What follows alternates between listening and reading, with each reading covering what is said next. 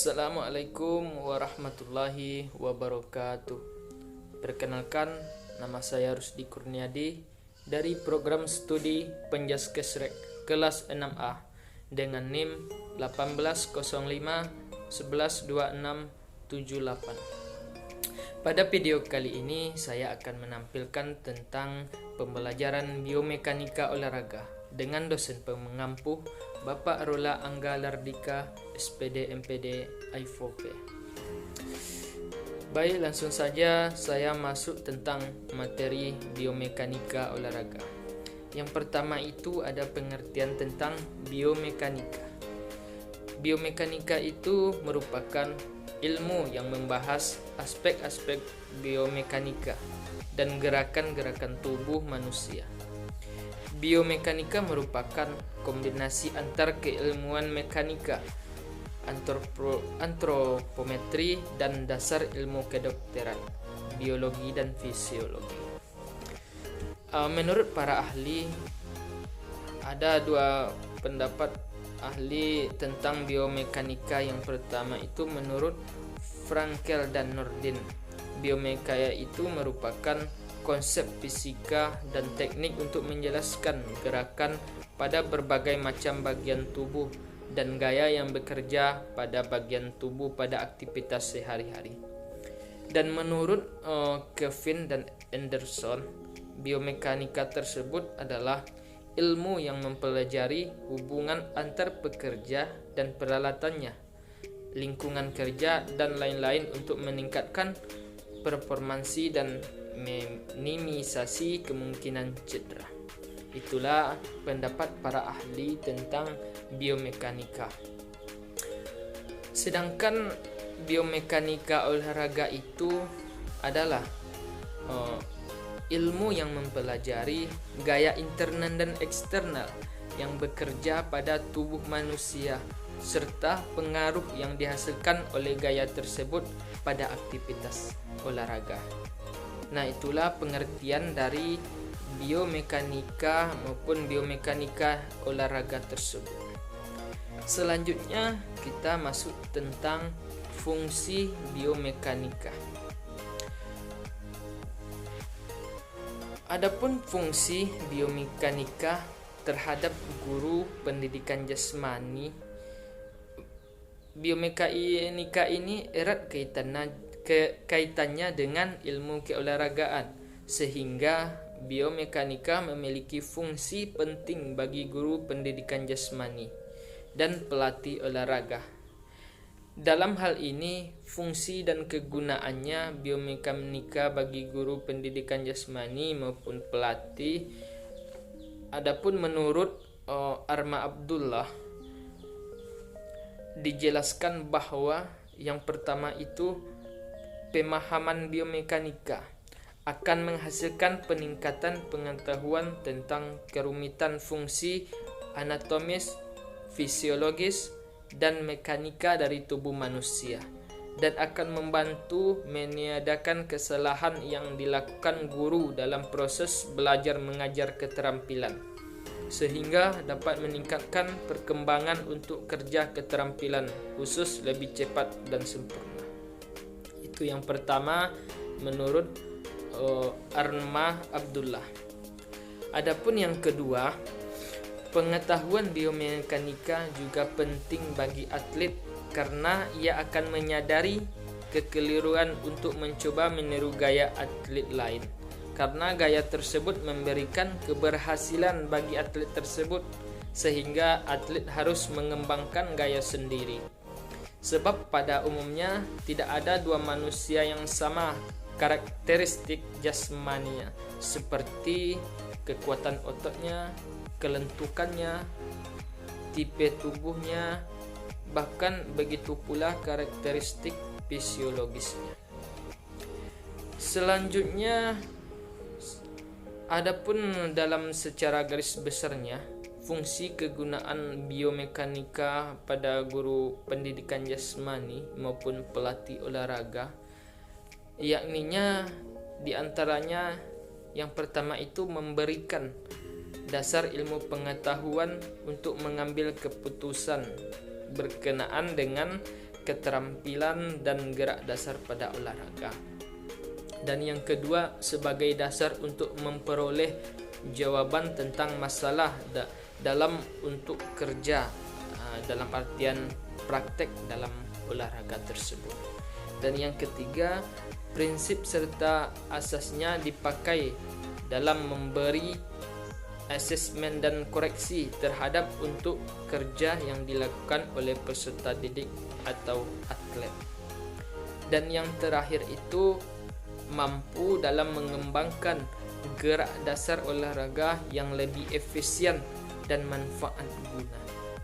Itulah tadi fungsi baik secara garis besar maupun menurut ahli, yaitu tadi Arma Abdullah. Selanjutnya kita masuk tentang hukum kesetimbangan. Di sini saya akan membahas 5 hukum kesetimbangan beserta apa sih contoh-contohnya dalam hukum-hukum tersebut. Yang pertama, kita masuk ke hukum kesetimbangan yang pertama, yaitunya hukum kesetimbangan yang pertama ini, benda selalu dalam keadaan setimbang selama proyeksi titik berat benda tersebut jatuh dalam bidang tumpuannya. Nah, dapat kita contohkan di sini yaitu pada olahraga lompat jauh, pada saat atlet melakukan pendaratan, titik berat badannya bertumpu pada saat melakukan pendaratan. Titik berat badan bertumpu pada kaki, kemudian pada saat badan membungkuk, titik berat badan akan bergeser. Nah, itulah tadi contoh dan pengertian dari hukum kesetimbangan yang pertama. Selanjutnya kita masuk ke hukum kesetimbangan yang kedua,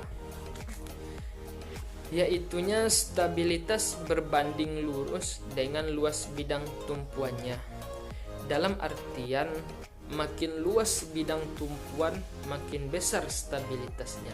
Dan juga begitu sebaliknya, makin kecil bidang tumpuannya, makin kecil pula stabilitasnya.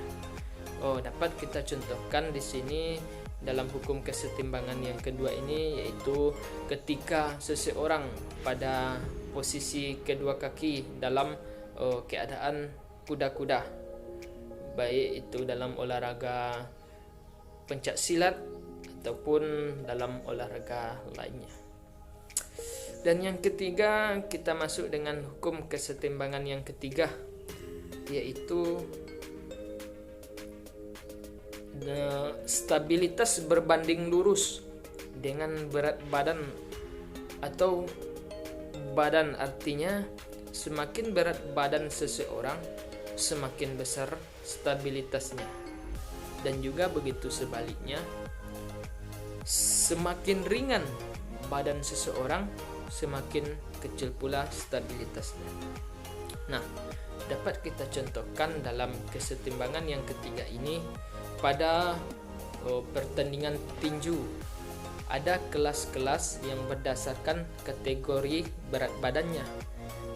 Berat badannya yang sesuai akan sesuai pula stabilitasnya, sehingga tidak akan terjadi kecelakaan yang fatal bila salah seorang kalah dalam pertandingan dan tidak membuat cedera yang amat parah.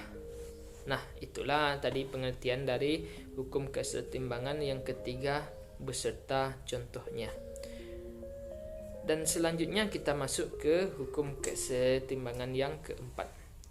Nah, dalam hukum kesetimbangan yang keempat ini dijelaskan bahwa stabilitas berbanding lurus dengan jarak horizontal dari titik berat badan terhadap sisi bidang tumpuan ke arah benda atau badan bergerak. Artinya, makin besar jarak horizontal ke arah tertentu, makin besar pula stabilitasnya ke arah tersebut. Nah, dan juga begitu sebaliknya, makin kecil jarak horizontal, makin kecil pula stabilitasnya. Nah, itulah dari hukum kesetimbangan yang keempat. Dapat kita contohkan yaitu orang yang melakukan tarik tambang. Mereka membuat posisi bagian badan kepala condong ke belakang, sedangkan kaki yang diluruskan jauh ke depan. Posisi ini menyebabkan titik berat berada jauh dari kaki tumpuan yang di depan. Nah, itulah contoh dari hukum kesetimbangan yang keempat. Selanjutnya yang terakhir, kita masuk ke hukum kesetimbangan yang kelima. Dalam hukum kesetimbangan yang kelima ini dijelaskan bahwa stabilitas berbanding terbalik dengan jarak vertikal dari titik berat badan terhadap bidang alasnya. Artinya, makin besar jarak vertikalnya, makin kecil stabilitasnya. Dan juga sebaliknya, makin kecil jarak vertikalnya, makin besar pula stabilitasnya. Nah, dapat kita contohkan di hukum kesetimbangan yang kelima ini, yaitu pada pertandingan gulat, lawan yang akan dibanting selalu berusaha agar badannya rapat ke matras sehingga jarak vertikalnya menjadi kecilnya. Jarak vertikal yang kecil berarti stabilitasnya besar. Nah, itulah contoh dari hukum kesetimbangan yang kelima. Itulah penjelasan dari hukum-hukum kesetimbangan baik yang pertama maupun yang kelima beserta contoh-contohnya tersebut. Mungkin ini saja materi yang dapat saya sampaikan.